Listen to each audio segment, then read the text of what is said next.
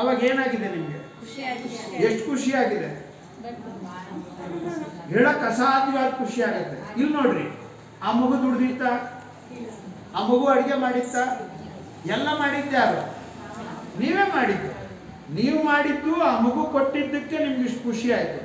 ಹಾಗೇನೆ ಎಲ್ಲ ಕೊಟ್ಟಿರೋದು ಭಗವಂತನೇ. ಅವನಿಗೆ ನೈವೇದ್ಯ ಅಂತ ತೋರಿಸ್ತೀವಲ್ಲ, ಅವನಿಗೇನು ಬೇಕಾಗಿಲ್ಲ ನನ್ನ ಮಗು ಏನ್ ಮಾಡ್ತು ಅಂತ. ಹೆಂಗ್ ನಿಮ್ಮ ಮಗು ನಿಮಗೆ ಕೊಟ್ಟಕ್ಕೆ ಬಂದಾಗ ನಿಮ್ಗೆ ಹೆಂಗೆ ಆನಂದ ಆಯಿತು, ಹಂಗೆ ನೀವು ಆ ಮಗು ದೇವಿಗೆ ಕೊಡಕ್ಕೆ ಹೋದಾಗ ಅವ್ರಿಗೆ ಆನಂದ ಆಗತ್ತೆ. ಅವ್ರಿಗೇನು ಬೇಕಾಗಿಲ್ಲದು.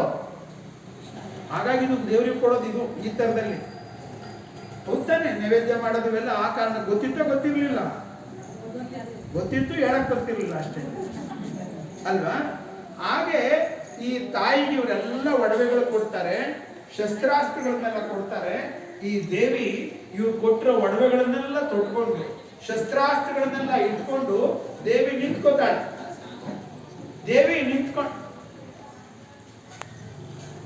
ನಿಂತ್ಕೊಂಡಾಗ ದೇವಿ ಹೆಂಗ್ ಕಾಣ್ತಾಳೆ ಅಂತ ಹೇಳಿದ್ರೆ, ಅವಳ ಪಾದ ಭೂಮಿಯಿಂದ ಕೆಳಗಡೆ ಪಾತಾಳಕ್ಕೆ ಹೋಗಿರುತ್ತೆ.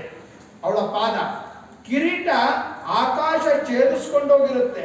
ಎಷ್ಟು ಎತ್ತರ ಅಂತ ಕಲ್ಪನೆ ಮಾಡ್ಕೊಳ್ರಿ.